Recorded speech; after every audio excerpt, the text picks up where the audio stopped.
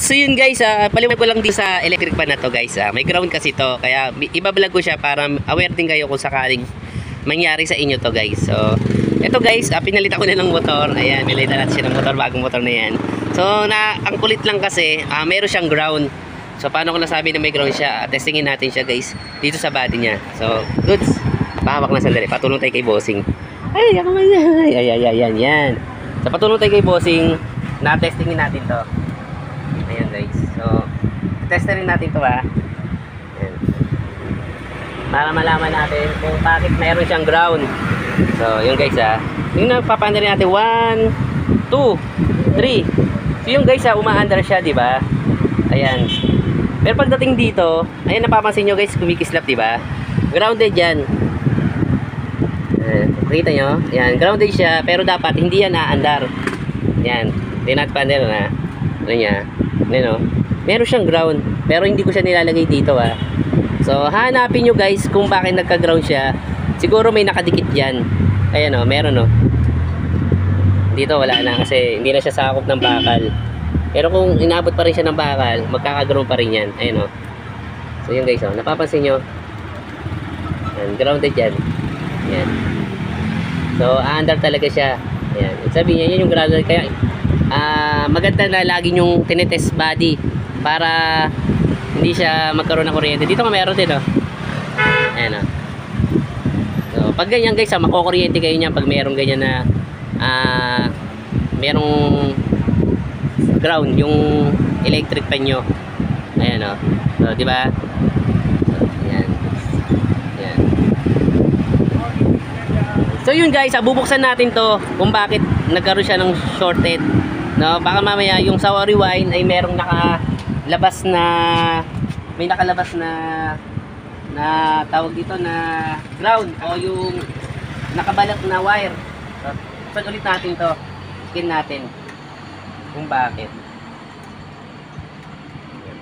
Patapos di Nagulat ako may kuryente sa body.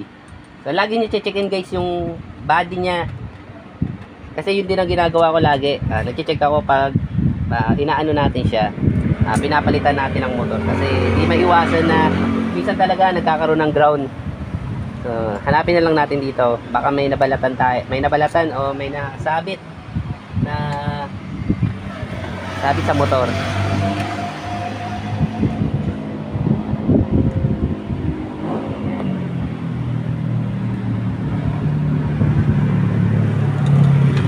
Yan.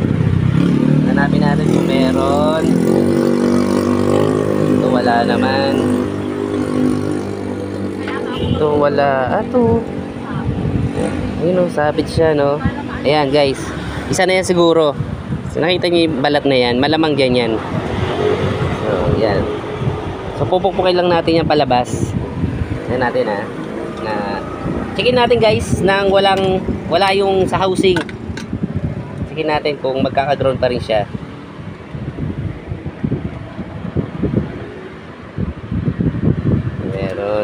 Meron. Ayun guys, wala naman siya Ibig sabihin yun lang yung dumikit. Ayan Ayun, wala. Wala siya. So walang kuryente, Ayan. So yun talaga yung meron yung sumabit. So yun guys, itulak ko muna to at babalikan ko kayo. So pinakita ko naman sa inyo guys yung sabit niya. Ito. Ayan yung sabit. So yun guys, balikan ko kayo.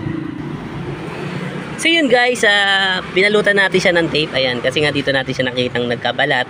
So ikabit ulit natin tapos testerin natin kung magkaka-ground ulit, So yun guys. So nilagyan lang natin siya ng tape, Kasi nga dito kumakayod dito. Tapos konting pukpok, patulak dito para hindi sumapit ulit. So checkin ulit natin guys kung yun guys, testerin ulit natin kung ano yung nangyayari, kung okay, kung may ground pa ba siya o wala na. So tingnan natin dito sa 1, 2, 3. Tapos testerin natin to kung may ground pa. So papasin nyo guys, wala na Ayan wala na siya. Ayan ito mo. Kasi pag to meron pa, aandar din yung blade natin. So yun guys, yun lang yung gagawin niyo pag nagkaroon ng ground. yung electric fan ninyo. So baka may nakabalat na wire dito sa loob. Nagkadikit sa bakal. Ayan.